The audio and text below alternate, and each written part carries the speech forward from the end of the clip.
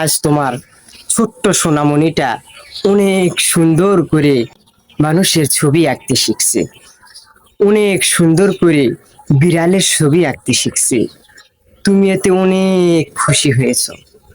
তুমি তোমার সমস্ত বন্ধু বান্ধবকে তুমি তোমার ছোট্ট সোনামণির প্রশংসা করো।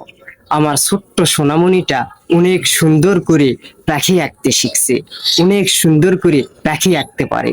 সেই জন্য তুমি তাকে রং বেরঙের কলম নিয়ে এসে দিয়েছ, সে যেন আরো সুন্দর করে আঁকতে পারে।